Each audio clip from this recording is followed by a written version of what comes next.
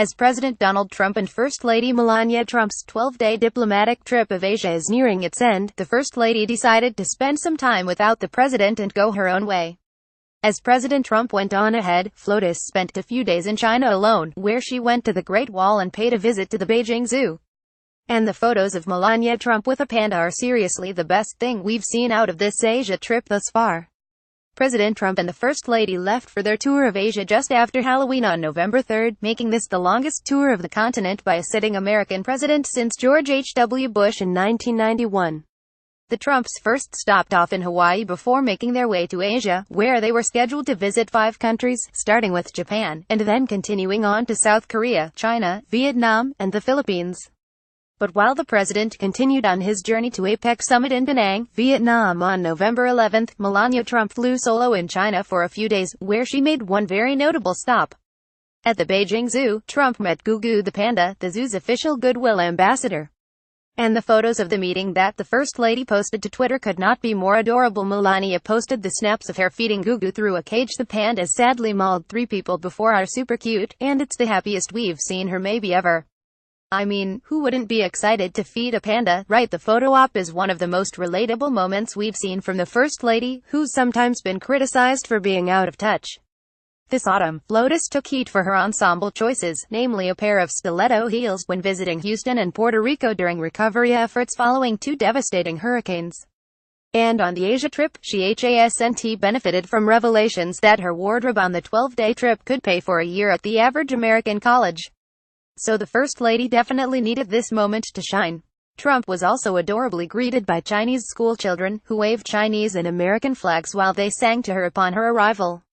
Earlier stops on the Trump's Asia tour included very important stops in the region, including one to Japan to meet with Prime Minister Shinzo Abe and First Lady Abe. Trump and Japan's First Lady spent a day at Kyobushi Tsukiji Elementary School, where she also took a calligraphy class that had the internet going nuts. Reddit users took the image of Trump and Abe holding up their creation, and started photoshopping hilarious things onto FLOTUS paper, inspiring a so-called Photoshop battle. One of the overarching goals of the diplomatic trip is to reinforce ties with America's Asian allies and show solidarity with nations that neighbor North Korea. Since Donald Trump has taken office, the threat of war from North Korea and their leader Kim Jong-un has never been greater. This makes the trip to Asia extremely important for the President and First Lady, and possibly the most important Asia trip since Nixon's first trip to the continent back in 1972. Pool Getty Images News. Getty Images. The trip went well for the most part. We managed to get away without any significant threats of war from Pyongyang, and people were impressed with how the president conducted himself in, well, relatively presidential manner. But because he is Donald Trump and has to say something off the cuff, he did manage to sneak in one ominous threat to North Korea. President Trump made a speech before South Korea's National Assembly, where he warned Kim Jong-un and his regime to not make a miscalculation of any sort regarding threats of war. He added, in his own typical fashion, "Don't try us." And on November 11, he tweeted out an angry response to reports that North Korea had once again called him a dotard, saying, "Why would Kim Jong-un insult me by calling me old, when I would never call him short and fat?